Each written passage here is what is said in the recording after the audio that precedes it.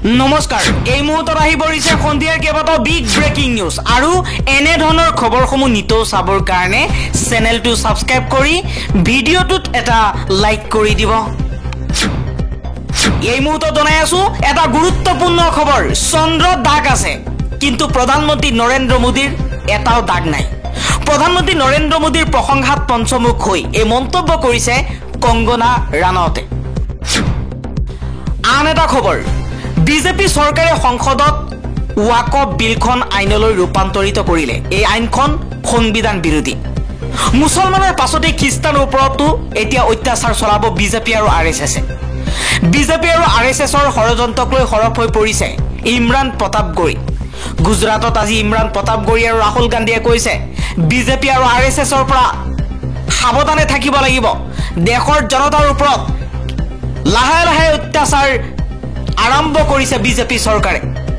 মুছলমানৰ ওপৰত অত্যাচাৰ কৰাৰ পাছত খ্ৰীষ্টানসকলৰ ওপৰত অত্যাচাৰ কৰিব বুলি ৰাহুল গান্ধীৰ লগতে ইমৰান প্ৰতাপগড়ীয়েও আজি গুজৰাটত এই মন্তব্য কৰিছে। আন এটা খবৰ, কোটি কোটি দেশৰ মুছলমানৰ পক্ষত পশ্চিমবংগৰ মুখ্যমন্ত্ৰী মমতা বেনাৰ্জী। মমতা বেনাৰ্জীয়ে কৈছে বিজেপি চৰকাৰৰ মতে পশ্চিমবংগত কাম নহ'ব। পশ্চিমবংগত বলবৎ হ'বলৈ দিয়া নহ'ব ৱাকফ আইন। মুছলমানৰ প্ৰতিটো ৱাকফ সম্পত্তি সুৰক্ষিত থাকিব পশ্চিমবংগত। এটাও সম্পত্তিৰ ইফাল সিফাল নহয়।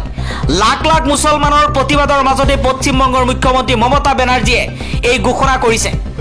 দেশৰ বিভিন্ন জিলাত, দেশৰ বিভিন্ন ৰাজ্যত এই ৱাকফ আইন বলবৎ হ'লেও পশ্চিমবংগত হ'বলৈ নিদিয়ে বুলি হুংকাৰ দিছে মুখ্যমন্ত্ৰী মমতা বেনাৰ্জীয়ে।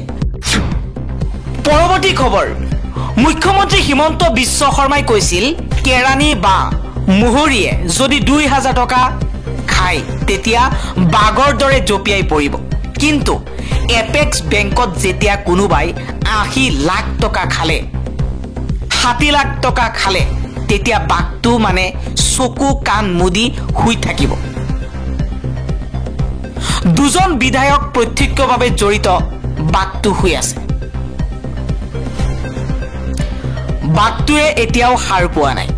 মুখ্যমন্ত্ৰী হিমন্ত বিশ্ব শৰ্মাৰ বিৰুদ্ধে এপেক্স বেংকৰ দুৰ্নীতিক লৈ সৰব হৈ এই মন্তব্য কৰিছে অসম প্ৰদেশ কংগ্ৰেছৰ সভাপতি ভূপেন কুমাৰ বৰাই।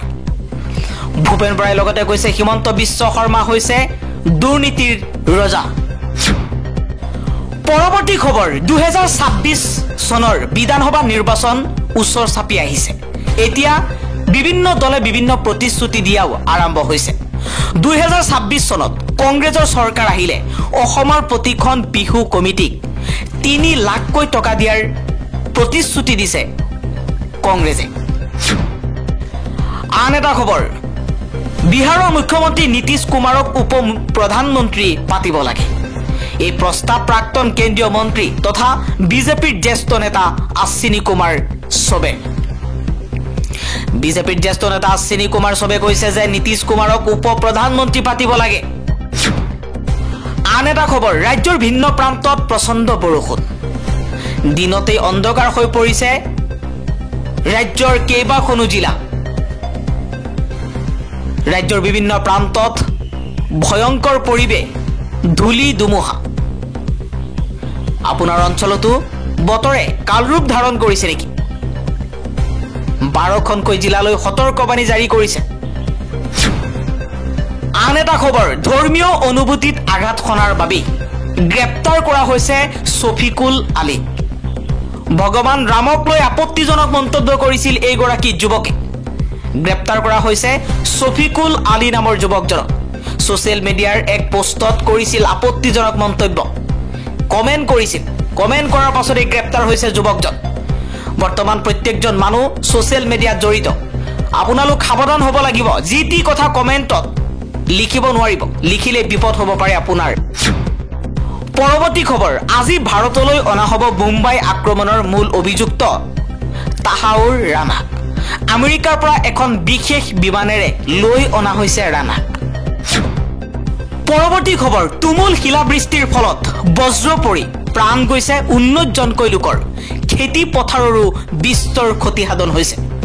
ভবা হৈছিল নামি অহা বৰষুণ জাকে তীব্ৰ গৰমৰ পৰা কিছু সকাহ দিব, কিন্তু শীতে বিপৰীত লৈছে বিহাৰত।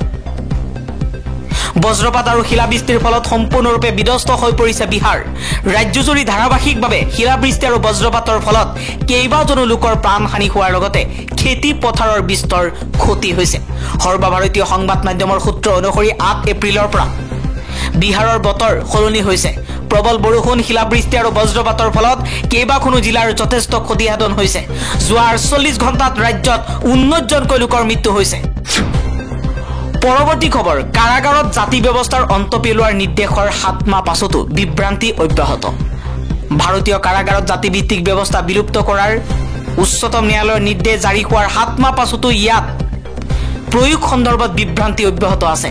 গৃহ মন্ত্ৰালয়ে উচ্চতম ন্যায়ালয়ৰ সংশোধিত নিৰ্দেশ ৰাজ্যসমূহলৈ প্ৰেৰণ কৰাত ব্যৰ্থ হোৱাৰ ফলত বহুতো কাৰাগাৰে ইতিমধ্যে বন্দীৰ তথ্য পঞ্জীয়নত জাতি উল্লেখ কৰা বন্ধ কৰিছে। আনহাতে এই তথ্য আঁতৰাই পেলালে তথ্য সংগ্ৰহ প্ৰক্ৰিয়াত বাধা সৃষ্টি হ'ব বুলি মত প্ৰকাশ কৰিছে নেশ্যনেল ক্ৰাইম ৰেকৰ্ড ব্যুৰোৱে। আন এটা খবৰ, প্ৰদেশ কংগ্ৰেছে দিয়া চকচ সন্দৰ্ভত প্ৰতিক্ৰিয়া প্ৰকাশ কৰিছে কংগ্ৰেছৰ বিধায়ক নুৰুল হুদাই। আহমেদাবাদত কংগ্ৰেছৰ বৈঠক সম্পৰ্কে বিৰূপ মন্তব্য কৰি দলৰ নেতৃত্ব ৰোষত পৰিছিল বিধায়ক নুৰুল হুদা।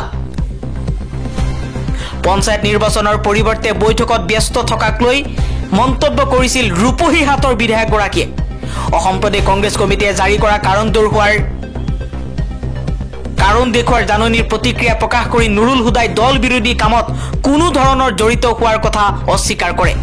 লগতে তেওঁ দৃঢ়তাৰে উল্লেখ কৰে, মই কোনো দল বিৰোধী কামত লিপ্ত হোৱা নাই, যাৰ বাবে দলে মোক কাৰণ দেখুৱাই জাননী দিব লাগে।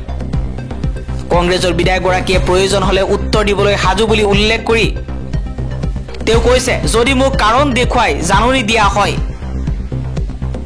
তেন্তে মই উত্তৰ দিবলৈ সাজু, কিয়নো মই কোনো দল বিৰোধী মন্তব্য কৰা নাই আৰু কোনো অভিযোগ উত্থাপন কৰা নাই। লগতে তেওঁ কৈছে, দলটোৰ প্ৰতি মোৰ সম্পূৰ্ণ বিশ্বাস আৰু আস্থা আছে। আগন্তুক পঞ্চায়ত নিৰ্বাচনৰ পূৰ্বে মই উল্লেখ কৰিছিলোঁ যে উচ্চাকাংক্ষী প্ৰাৰ্থীৰ মাজত বিধায়কৰ উপস্থিতিয়ে তেওঁলোকৰ মনোবল বৃদ্ধি কৰিব। পৰৱৰ্তী খবৰ, খোৱা পানীৰ পৰা বঞ্চিত কাছাৰৰ 2 শতাধিক লোকৰ ভোট বৰ্জনৰ সিদ্ধান্ত। ৰাইজক বিশুদ্ধ খোৱা পানী যোগান ধৰাৰ নামত কোটি কোটি টকা ব্যয় কৰাৰ পিছতো ৰাইজে আজিলৈ এটপি খোৱা পানী লাভ নকৰিলে। সেইবাবে খোৱা পানী বিচাৰি এইবাৰ হাতত কলহ বাল্টি লৈ প্ৰতিবাদত নামিছে কাছাৰ জিলাৰ একাংশ পুৰুষ মহিলাই। 2,28 লাখ টকা ব্যয় কৰি পানী যোগান আঁচনি নিৰ্মাণ কৰাৰ পিছতো আজিলৈকে এটপি খোৱা পানী লাভ নকৰিলে কাটিগড়া সমষ্টিৰ চান্দপুৰ খুৰাৱলী গাঁৱৰ ৰাইজে। ঠিকাদাৰ অৰবিন্দ পাল আৰু বিভাগীয় বিষয়াৰ চূড়ান্ত অৱহেলাৰ বাবে আজিলৈ খোৱা পানী লাভ নকৰিলে গাঁওখনৰ 2 শতাধিক পৰিয়ালে। পানী যোগান ধৰিবলৈ জনস্বাস্থ্য কাৰিকৰী বিভাগ আৰু ঠিকাদাৰক বাৰম্বাৰ অনুৰোধ কৰাৰ পিছতো কোনো কাম নোহোৱাত অৱশেষত আসন্ন পঞ্চায়ত নিৰ্বাচনৰ ভোট বৰ্জনৰ সিদ্ধান্ত লৈছে গাঁওখনৰ ৰাইজে।